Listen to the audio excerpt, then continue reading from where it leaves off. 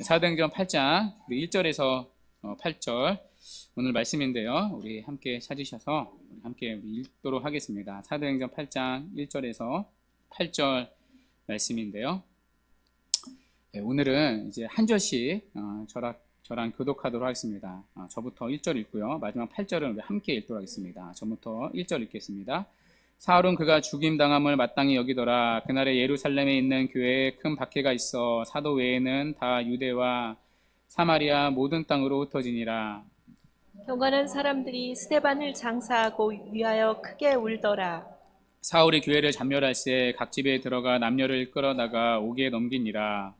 그 흩어진 사람들이 두루다니며 복음의 말씀을 전할새 빌립이 사마리아 성에 내려가 그리스도를 백성에게 전파하니 무리가 빌립의 말도 듣고 행하는 표적도 보고 한 마음으로 그가 하는 말을 따르더라. 많은 사람에게 붙었던 더러운 귀신들이 크게 소리를 지르며 나가고 또 많은 중풍병자와 못 걷는 사람이 나으니 그 성에 큰 기쁨이 있더라. 아멘. 오늘은 큰 박해에서 큰 기쁨으로 라는 제목으로 하나님 말씀 증거하도록 하겠습니다. 지난 시간 우리는 이제 스데반의 죽음을 살펴보았습니다. 그런데 이 스데반의 죽음은요, 스데반 개인의 죽음으로만 끝나지 않습니다. 스데반의 죽음이 이제 교회 공동체의 박해로 이어집니다. 오늘 본문 1절을 한번 보십시오. 그 날에라고 말을 하는데요. 여기 그 날은 이제 어떠한 날이죠? 스데반이 돌에 맞아 죽었던 날입니다. 스데반이 돌에 맞아 죽은 그날 어떤 일이 일어나요? 예루살렘 교회에 큰 박해가 일어납니다. 그런데 여기 박해라는 단어를 우리가 좀 주목할 필요가 있는데요. 여기 박해라는 단어가 사도행전에서 처음 나오는 단어입니다. 그 전까지는요, 박해라는 단어가 쓰이지 않았습니다. 그 전에는 어떤 단어가 쓰였었죠? 사도행전 4장 21절인데요. 우리 함께 읽어보도록 하겠습니다. 사도행전 4장 21절 시작. 관리들이 백성들 때문에 그들을 어떻게 처벌할지 방법을 찾지 못하고 다시 위협하여 놓아주었으니. 여기까지요. 다시 위협하여, 위협이라는 단어가 쓰입니다. 처음에는 위협에만 그친 거죠. 다시는 예수님의 이름으로 가르치거나 전하지도 말라. 말로만 협박을 했던 거죠. 그런데 그 다음 5장 40절을 한번 가보시겠어요? 5장 40절 함께 읽겠습니다. 시작. 그들이 옳게 여겨 사도들을 불러들여 채찍질하며 예수의 이름을 말하는 것을 금하고 놓으니. 사도들을 불러들여 어떻게 했어요? 이번에는 채찍질하여 때렸다는 것이죠. 그러니까 위협에서 때림으로 핍박의 강도가 세집니다. 그리고 그 뒤에 7장 59절인데요. 제가 읽어볼게요. 그들이 돌로 스데반을 치니 스데반이 부르짖어 이르되 주 예수여 내 영혼을 받으시옵소서 하고, 그들이 스데반을 돌로 쳐 죽입니다. 처음으로 사람을 죽이는 거죠. 그러니까 핍박의 강도가요, 점점 거세지고 있는 거죠. 위협에서 때림으로, 때림에서 살인으로. 그리고 오늘 8장에서 처음으로 박해라는 단어가 등장합니다. 대대적인 박해로 넘어오는 거죠. 핍박의 강도가 점점 더 거세지고 있는 거죠. 핍박의 강도만 이제 세진 게 아닙니다. 핍박의 범위도 세지고 있는데요. 여러분, 지금까지 핍박의 대상이 주로 누구였죠? 교회 사도들이 핍박의 주된 대상이었습니다. 그 전까지는 옥에 잡혀가도요, 사도들이 잡혀갔습니다. 채찍에 맞아도요, 사도들만 맞았습니다.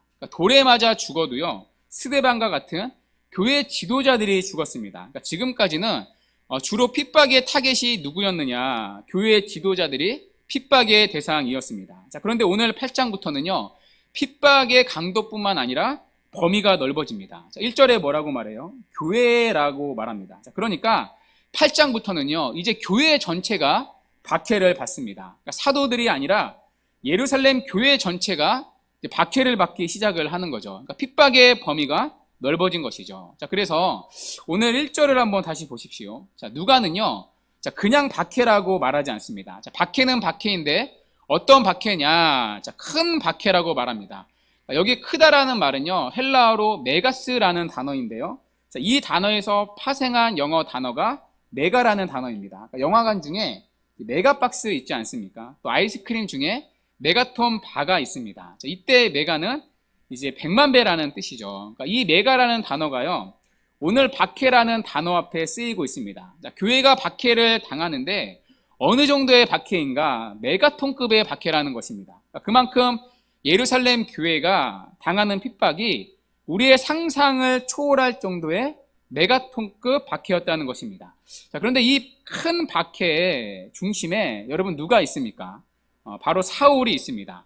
자, 오늘 본문에 보면요, 반복해서 나타나는 인물이 있는데요, 바로 사울입니다. 1절에 사울은, 또 3절에 사울이, 그러니까 교회를 크게 박해하는 행동 대장이 누구이냐? 바로 사울이라는 것입니다.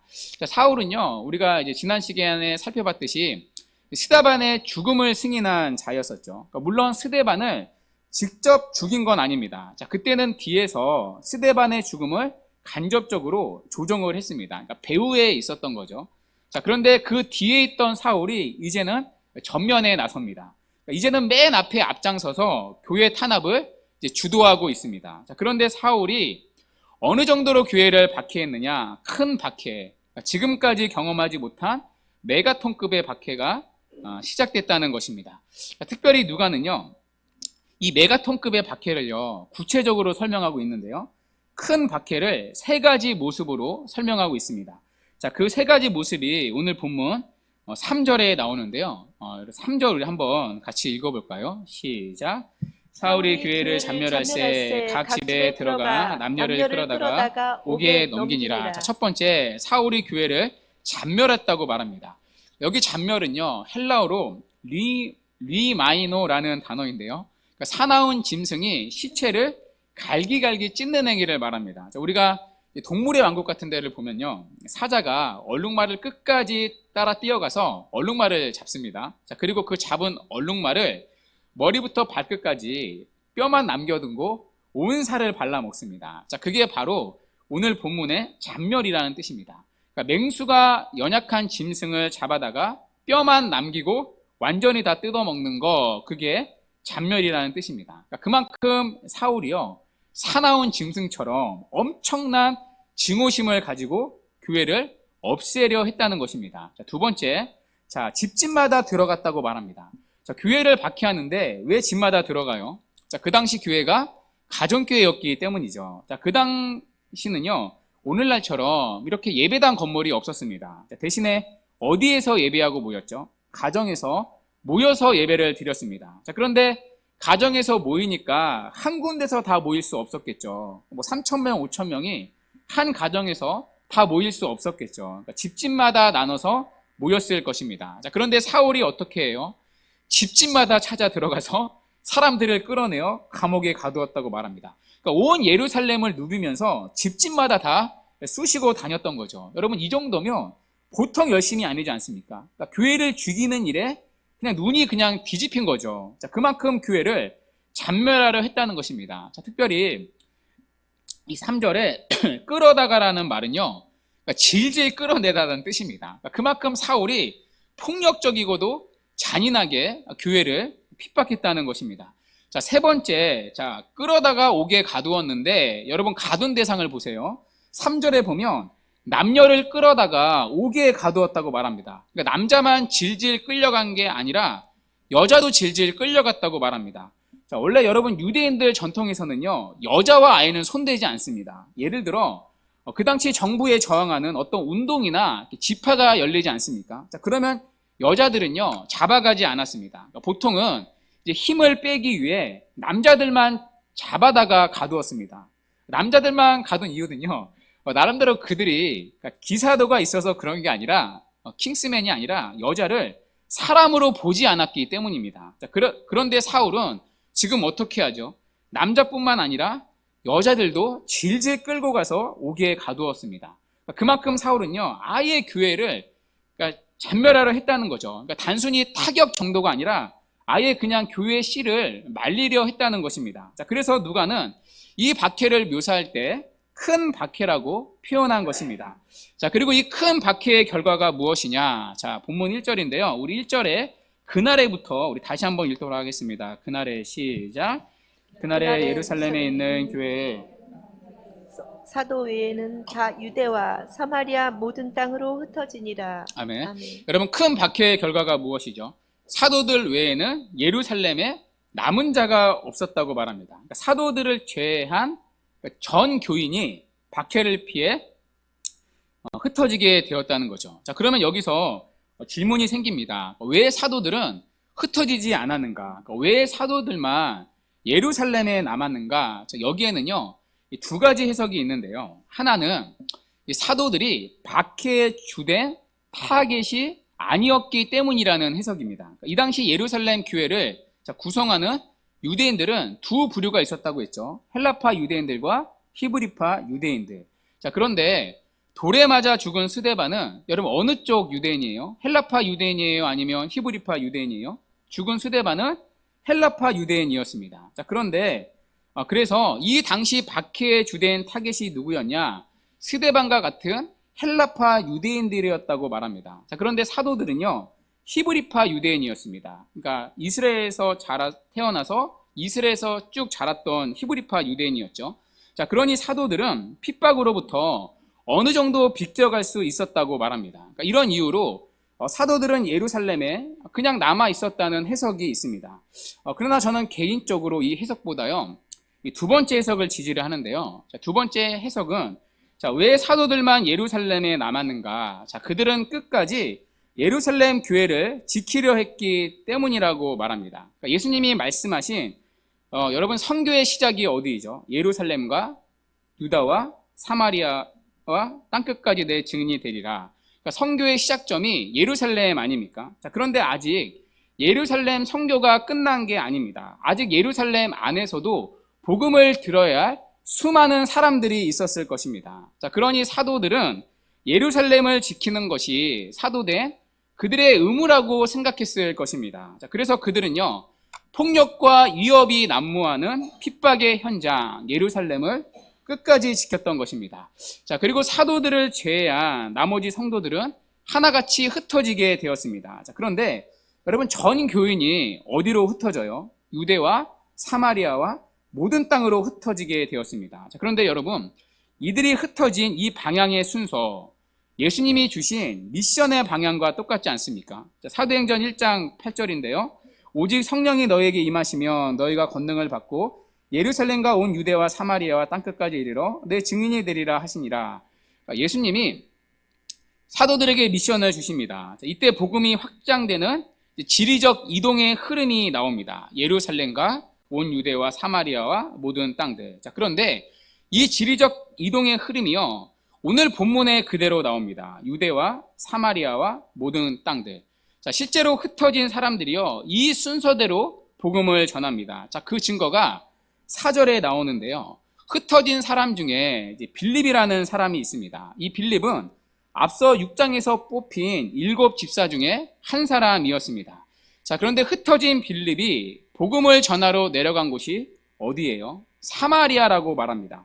자, 지금까지는 예루살렘과 온 유대가 배경이었습니다. 자, 그런데 사도행전의 배경이 이제부터 어디로 넘어가죠? 사마리아로 넘어갑니다. 흩어진 사람 중에 빌립이 사마리아에서 복음을 전합니다. 자, 무엇을 통해서요? 박해를 통해서요. 자, 그러니까 박해를 통하여서 오히려 예수님의 말씀, 사도행전 1장 8절의 말씀이 성취되고 있다는 것입니다. 자, 그래서 8장부터는요, 이제 사마리아를 기점으로 복음이 퍼져나가는 이야기가 시작됩니다. 자, 그래서 4절을 보시면 사마리아라는 표현이 등장하는데요. 사도행전 1장 8절 이후에 처음 나옵니다. 그러니까 복음이 더 이상 예루살렘에 갇혀있는 게 아니라 이제 세계로 뻗어나갑니다. 그러니까 사마리아를 거쳐서 예수님의 약속의 말씀대로 땅끝까지 이제 뻗어나가기 시작을 하는 거죠. 자, 그런데 이 사마리아 지역에 대해서요, 우리가 좀 이해할 필요가 있습니다. 여러분, 사도행전의 저자가 누가 아닙니까? 자, 그런데 이 누가가요, 다른 지역보다 유독 사마리아에 대한 관심이 많습니다. 여러분, 누가가 쓴 이제 누가복음에 보면 이제 그 증거가 있는데요. 그 예로 이제 누가복음에 보면 선한 사마리아인 이야기가 나옵니다. 아시죠? 자, 그런데 이 선한 사마리아인 이야기가 다른 복음서에는 없습니다. 오직 누가복음에만 기록되어 있습니다. 자, 뿐만 아니라 이 누가복음에 보면 나병 환자가 고침받는 사건이 나옵니다. 자, 그때 이 나병 환자 10명이 예수님께 고침을 받았는데요. 자, 그 중에 한 명만 돌아와서 예수님께 감사를 했습니다. 여러분, 그 한 명이 누구이죠? 바로 사마리아인이었습니다. 자, 그런데 이 사건도요, 다른 복음서에는 없습니다. 오직 누가만 이 사마리아인을 기록해 놓았습니다. 자, 그만큼 누가는요, 사마리아에 대한 특별한 관심이 있었습니다. 자, 그런데요, 이 사마리아에 대한 누가의 관심은요, 사실 유대인들에겐 굉장히 불편한 관심이었습니다. 자, 여러분, 유대인들이 가장 경멸하는 자들이 누구이죠? 바로 이 사마리아 사람들이었기 때문입니다. 유대인들은요, 사마리아 사람을 상정도 하지 않았습니다. 개보다 못한 자들로 취급을 했습니다. 그러니까 여기에는 역사적인 배경이 있는데요. 제가 이제 요한복음 강해를 할 때 잠깐 이제 설명드린 적이 있는데, 원래 이스라엘 나라는 하나였죠. 그러나 솔로몬 이후로 이제 남북으로 나눠집니다. 그러니까 북쪽은 북이스라엘, 남쪽은 남유대로 나눠지죠. 자, 그런데 북쪽 이스라엘이 먼저 아수르에 의해 멸망을 당합니다. 이때 아수르가 사용했던 식민지 정책이 있는데요. 바로 혼혈주의 정책이었습니다. 그러니까 정확히는 이 자폰 정책이었죠. 자, 열왕기하 17장 24절은 이렇게 증언하고 있는데요. 우리 함께 읽어볼까요? 시작. 아수르 왕이 바벨론과 구다와 아화와 하맛과 스바라임에서 사람을 옮겨다가 이스라엘 자손을 대신하여 사마리아 여러 성읍에 두매 그들이 사마리아를 차지하고 그 여러 성읍에 거주하니라. 아멘. 자, 아수르 왕이 외국인들을 옮겨다가, 그러니까 이방인 나라 사람들을 옮겨다가 어디에 갖다 두어요? 사마리아 여러 성읍에 두었다고 말합니다. 자, 그래서 이방인들과 사마리아인들이 섞이도록 한 거죠. 그러니까 자폰 정책을 펼친 거죠. 자, 그러니 그 속에서 태어난 아이들은 다 혼혈인이었습니다. 자, 그래서 사마리아 지방은요, 이때부터 순수 혈통을 잃게 되었습니다. 자, 문제는 피만 섞인 게 아니라 종교도 섞이게 되었습니다. 그러니까 사마리아 교라는 새로운 이단 종교가 생겨났습니다. 그러니까 하나님을 믿는다 하면서도 이방적인 요소들이 이 사마리아 땅에 가득 자리 잡게 된 것이죠. 그러니까 혈통적으로도 또 영적으로도 순수함을 잃었습니다. 자, 반대로 남쪽 유다는요, 그 후에 이제 바벨론에 의해 멸망을 당하는데요.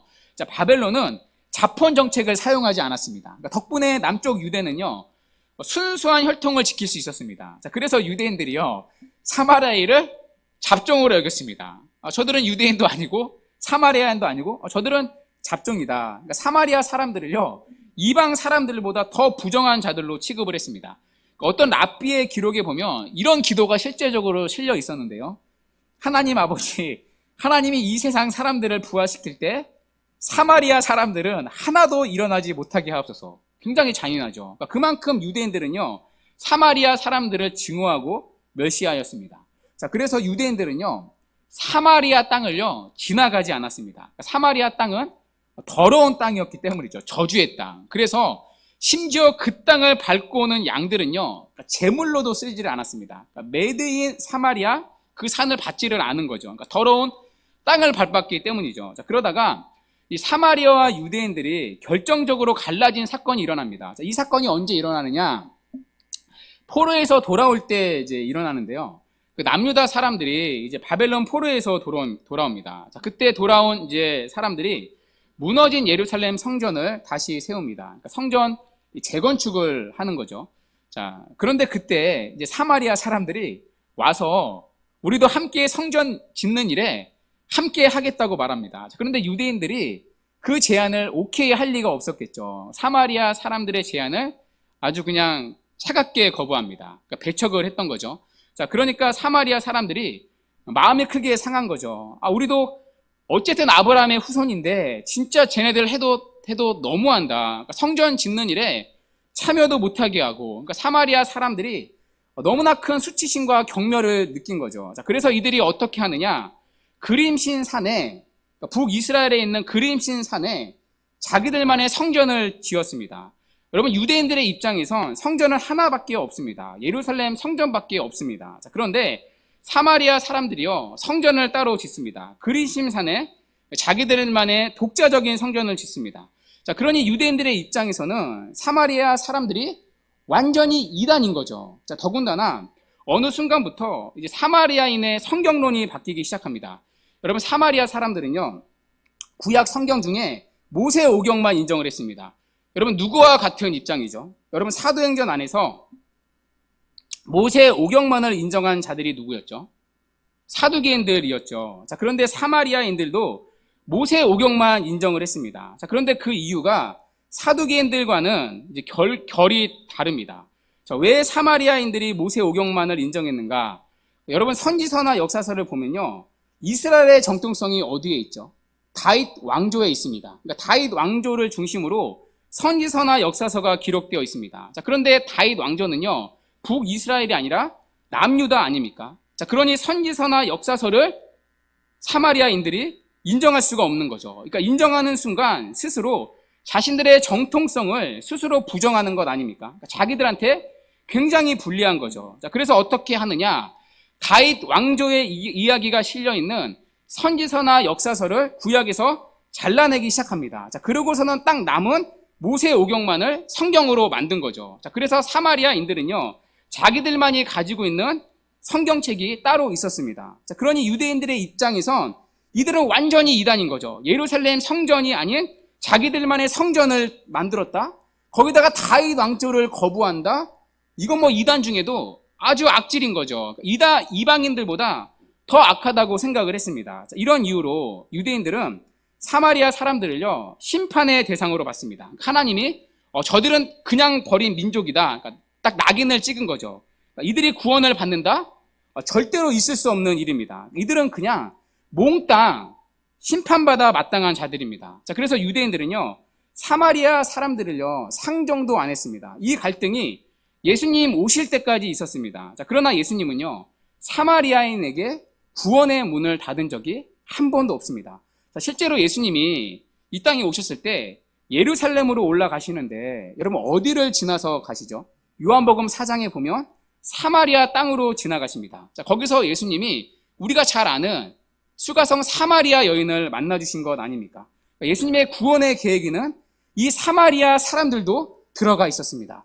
여러분, 이런 거 보면요, 우리 예수님 너무나 좋지 않습니까? 죄인을 구원하러 오신 예수님, 누구도 거절하지 않으시는 예수님, 여러분 그렇지 않습니까? 자, 그래서 승천하시기 전에 예수님이 사도들에게 주신 미션이 무엇이죠? 예루살렘과 온 유대와 그 다음에 어디예요? 사마리아와, 그러니까 사마리아를 반드시 지나도록 했습니다. 자, 그런데 빌립이 어디로 들어가요? 사마리아 땅으로 들어갑니다. 그러니까 유대인인 빌립이 한 번도 유대인이 지나가지 않았던 그 더러운 사마리아 땅을 유대인인 빌립이 그 땅으로 들어갑니다. 그러니까 오랜 세월 동안 굳어진 그 장벽이 한순간에 무너진 것입니다. 자, 그리고 거기서 빌립은 그리스도를 증거합니다. 자, 그리고 사마리아 땅에서도 예수를 믿고 구원을 받는 역사가 일어납니다. 자, 그 결과 사마리아 땅에도 교회가 세워집니다. 그러니까 예루살렘뿐만 아니라 또 하나의 교회가 세워집니다. 어디서요? 그 사마리아 땅에서요. 자, 그런데 빌립이 그 사마리아 땅으로 들어갔던 시작이 어디에 있습니까? 예루살렘 교회에 큰 박해가 있었기 때문입니다. 너무나 큰 박해가 있어서 어쩔 수 없이 흩어져야 했는데 그 흩어졌던 곳 중에 하나가 사마리아 땅이었습니다. 자, 그 사마리아 땅에요, 또 다른 교회가 세워집니다. 그러니까 교회를 없애려고 박해를 했는데 도리어 교회가 하나 더 세워집니다. 자, 실제로 사도행전 9장 31절에 보면요, 자, 교회가 하나 더 생기는데요. 9장 31절 보시면 그리하여 온 유대와 갈릴리와 사마리아, 그 다음에 깜짝 놀랄 단어가 나옵니다. 사마리아 교회가, 그러니까 사마리아 땅에, 그 저주의 땅에, 그 버림받은 땅에 여러분 교회가 세워집니다. 여러분 이 대목을 보면요, 너무나 재미있지 않습니까?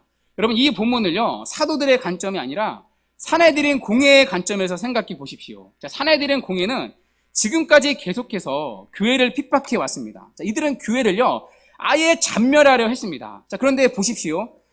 잔멸이 안 됩니다. 오히려 잔멸하려 했는데 교회가 하나 더 늘었습니다. 그러니까 이들의 입장에선 여러분 미치고 팔짝 될 일 아닙니까? 얼마나 이게 미칠 노릇입니까?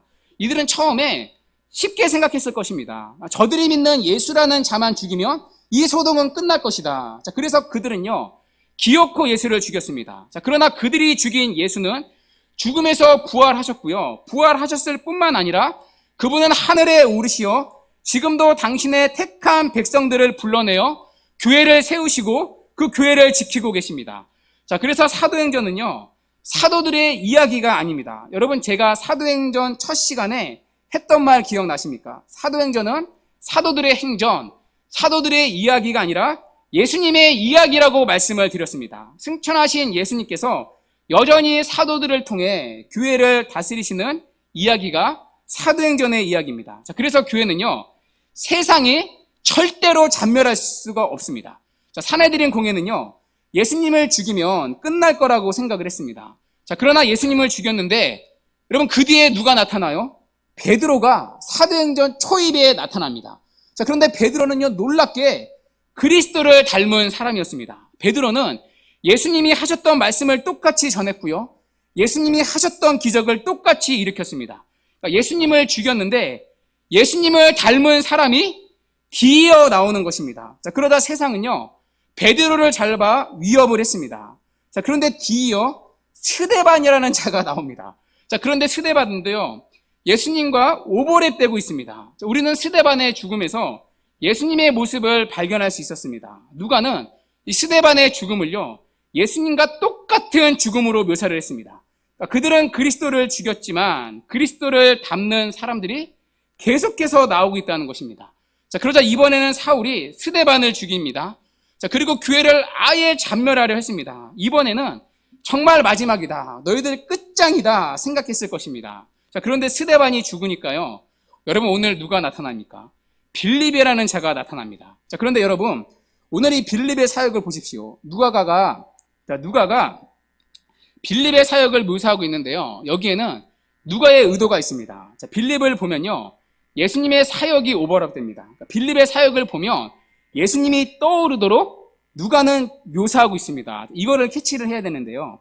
자, 그 예로 오늘 빌립이 복음을 전하고 복음을 확증하는 표적이 함께 나타납니다. 자, 그런데 이 표적을 보면요, 예수님의 표적과 같습니다. 7절에 보시면 빌립이 귀신을 쫓아냅니다. 자, 그때 귀신들이 크게 소리를 지르고 나갑니다. 자, 그런데 이 오리지널 버전이 예수님의 버전입니다. 자, 누가복음 4장 41절 말씀인데요. 자, 우리 다 같이 함께 읽도록 하겠습니다. 시작. 여러 사람에게서 귀신들이 나가며 소리질러 이르되 당신은 하나님의 아들이니이다. 예수께서 꾸짖으사 그들의 말함을 허락하지 아니하시니 이는 자기를 그리스도인 줄 알미니라. 아멘. 자, 예수님이 귀신을 쫓아내십니다. 자, 그때 쫓겨나가는 귀신들이 소리를 지르고 나갑니다. 이 똑같은 현상이 오늘 빌립의 사역에서도 그대로 나타나고 있다는 거죠. 자, 이어서 7절을 다시 보시면 빌립이 많은 중풍병자를 고쳤다고 말합니다. 자, 그런데 이 오리지널 버전이 역시 예수님의 버전입니다. 누가복음 5장 18절 말씀인데요, 한 중풍병자를 사람들이 침상에 메고 와서 예수 앞에 들여놓고자 하였으나, 자, 예수님이 누구를 고쳐주셨어요? 중풍병자를. 자, 그런데 빌립도 예수님과 같이 중풍병자를 고쳐주고 있습니다. 이어서 7절 마지막에 보시면 못 걷는 사람이 나으니라고 말합니다. 자, 이 오리지널 버전 또한 예수님의 버전입니다. 자, 누가복음 7장 22절인데요, 예수께서 대답하여 이르시되 너희가 가서 보고 들은 것을 유한에게 알리되 맹인이 보며 못 걷는 사람이 걸으며. 자, 뭐라고요? 못 걷는 사람이 나으니. 그러니까 이 예수님의 사역이요, 빌립을 통해 지금 똑같이 나타나는 것입니다. 여러분, 누가복음과 사도행전을 쓰지 않았습니까? 그러니까 누가복음과 사도행전을 연결해서 지금 예수님과 빌립을 오버랩 시키고 있습니다. 그러니까 세상은 예수님을 죽이면 끝난다고 생각했을 것입니다. 자, 그러나 그리스도를 닮는 사람들이 계속해서 나오고 있습니다. 그리스도를 죽였지만 그리스도를 닮는 베드로가 나왔고요, 베드로를 잡아 옥에 넣었더니 그리스도를 닮는 스데반이 나왔고요, 스데반을 죽였더니 그리스도를 닮은 빌립이 나오는 것입니다. 그리스도를 죽였는데 놀랍게도 그리스도를 닮는 사람들이 계속해서 나오는 것입니다. 그래서 예루살렘 교회를 잔멸하려 했었는데 오히려 사마리아 땅에 교회가 세워지고 있다는 것입니다. 이 땅에 계셨던 예수님이 승천하신 이후에도 여전히 일하고 계시기 때문입니다. 우리의 눈에 보이지는 않지만 여전히 교회를 다스리고 계십니다. 지금도 하늘 보좌 우편에서 그분을 닮는 사도들을 보내셔서 여전히 당신의 택한 백성들을 구원하고 계시고 끝까지 교회를 붙드시고 다스리고 계십니다. 그 예수님의 사역에 연장된 줄거리가 여러분 사도행전의 스토리입니다. 자, 그래서 교회는요, 세상의 박해에도 불구하고 무너지지 않습니다. 누구도 이 땅의 교회를 해할 수 없습니다. 음부의 권세도요, 교회를 해할 수 없습니다. 오히려 그럴수록 교회는요, 잔멸은커녕 더욱더 확생될 것입니다. 주님이 약속하신 말씀처럼 예루살렘부터 땅 끝까지에 있는 하나님이 창세전에 구원하시기로 택한 모든 백성들이 교회로 다 들어오게 될 것입니다. 자, 그렇게 교회는요, 반드시 완성될 것입니다. 그때까지 교회는 잔멸은커녕 더욱더 확산될 것이고요, 반드시 교회는 승리할 것입니다. 자, 그것을 지금 누가는요, 이 빌립의 사역을 통해 의도적으로 우리에게 미리 보여주고 있습니다. 자, 마지막으로 우리가 오늘 말씀에서 적용해야 할 포인트가 있는데요. 자, 이 부분은 우리가 잘 아는 적용입니다. 그러니까 새로운 적용이 아닌데요. 자, 여러분, 오늘 예루살렘 교회는 큰 박해를 받았습니다. 자, 큰 박해로 그들은 뿔뿔이 흩어져야 했습니다. 자, 그러나 박해받는 교회는요, 흩어져서 오히려 복음의 말씀을 전했고요, 그 결과 사마리아에도 복음이 증거되고 교회가 세워지게 되었습니다. 그러니까 마귀는 교회를 잔멸하려 했었는데 도리어 눈앞에 나타난 건 또 하나의 교회가 세워진 것입니다. 자, 그래서 오늘 본문 8절에 결말을 여러분 보십시오. 자, 8절이 굉장히 짧은데요, 어떻게 끝나죠? 그 성에 큰 기쁨이 있더라. 여러분, 지금 누가의 문학적인 기법이 보이십니까? 그러니까 누가는 지금 의도적으로 대조하고 있습니다. 1절에서 큰 박해로 시작이 되었습니다. 자, 그러나 8절에서 어떻게 끝이 나죠? 큰 기쁨으로 끝나고 있습니다. 큰 박해가 큰 기쁨이 되었습니다. 여러분, 하나님의 기가 막힌 섭리가 보이지 않습니까? 그러니까 세상은 교회를 잔멸하려 큰 박해를 내렸지만 하나님은 큰 박해를 사용해서 큰 기쁨으로 바꾸어 주셨습니다. 여러분, 이것이요, 오늘날도 예수를 믿는 신자에게 동일하게 나타나는 일입니다. 여러분, 신자에게도요, 고난이 있을 수 있습니다. 자, 그러나 하나님은 그 고난을 사용해서 우리에게 큰 기쁨으로 바꾸어 주십니다. 자, 물론 고난 자체가 기쁘다, 그런 말이 아니겠죠. 여러분, 누구도요, 고난을 자처해서 당하지 않습니다. 사실 우리는요, 고난을 원하지 않습니다. 자, 그래서 여러분, 오늘 주목해야 할 표현이 하나 있는데요, 흩어졌는이라는 표현입니다.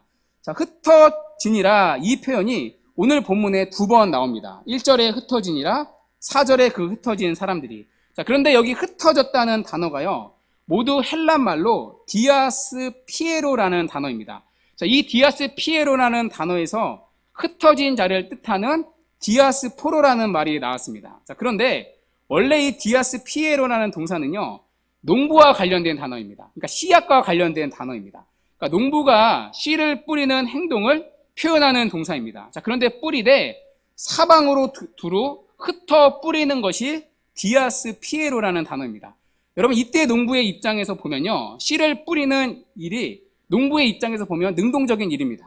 자, 그러나 반대로 농부에 의해 흩뿌려지는 씨는요, 수동적일 수밖에 없습니다. 자, 그렇죠. 씨는요, 자기가 가고 싶은 곳에 자기가 능동적으로 가는 게 아니라 농부가 뿌리는 곳에 수동적으로 가서 박히는 것 아닙니까? 자, 그래서 헬라어 원문으로 보면요, 흩어지니라가 수동태로 되어 있습니다. 그러니까 그들이 자발적으로 흩어진 게 아니라 수동태로 되어 있는 거죠. 여러분, 무슨 얘기이죠? 우리가 당하는 고난은 늘 수동적일 수밖에 없다는 것입니다. 여러분, 우리는요, 고난에 있어서 늘 수동적인 존재입니다. 여러분, 우리가 고난을 당하면요, 할 수 있는 것이 없습니다. 여러분, 그렇지 않습니까? 우리가 고난을 당하면요, 그냥 하나님 앞에서 웃는 것밖에 할 수 있는 것이 없습니다. 비명밖에 지를 것이 없습니다. 우리가 상황 자체를 바꿔낼 수 있는 능동적인 힘이 없습니다. 그냥 수동적으로 질질 끌려다니는 거죠. 오늘 사도들처럼 핍박을 당하면 쫓겨나야 하고요, 병에 걸리면 아파야 하고요, 돈이 없으면 굶어야 합니다. 때로는 왜 고난이 왔는지도 모르고요, 언제 이 고난이 끝날지도 모릅니다. 자, 그래서 우리가 고난 앞에서 억울하고 답답하고 힘든 이유가 여기에 있지 않습니까? 고난에 있어서 우리는 흩뿌려지는 씨들처럼 철저히 수동적일 수밖에 없습니다. 자, 그러나 여기서 여러분, 우리가 잊지 말아야 할 사실이 하나 있는데요, 흩뿌려지는 씨들은 농부의 손에 의해 흩뿌려지고 있다는 것입니다. 농부는 씨를 버리려고 뿌리지 않습니다. 헛되이 씨를 뿌리는 농부는 없습니다. 열매를 맺기 위한 가장 적절한 시기에 농부가 보기에 가장 좋은 땅에 씨를 뿌립니다. 자, 그런데 그 농부가 누구시죠? 하나님이십니다. 하나님께서는 예루살렘에 있는 그들을 하나님의 뜻에 따라 사도행전 1장 말씀의 순서에 따라 지금 사방으로 흩어 뿌리고 계신다는 것입니다.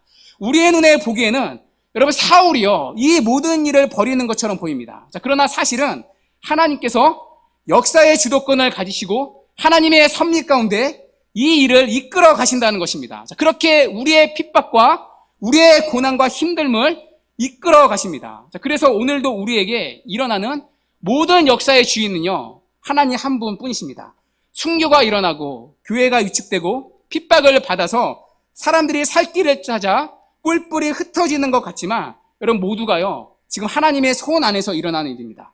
우리가 해석할 수 없는 불행과 비참도요 하나님의 손 안에 일어나는 일입니다. 여러분 하나님의 손 밖에 있는 게 아닙니다. 심지어 우리가 잘못을 해서 매를 맞는 순간조차도요 하나님의 손 안에서 일어나는 일입니다.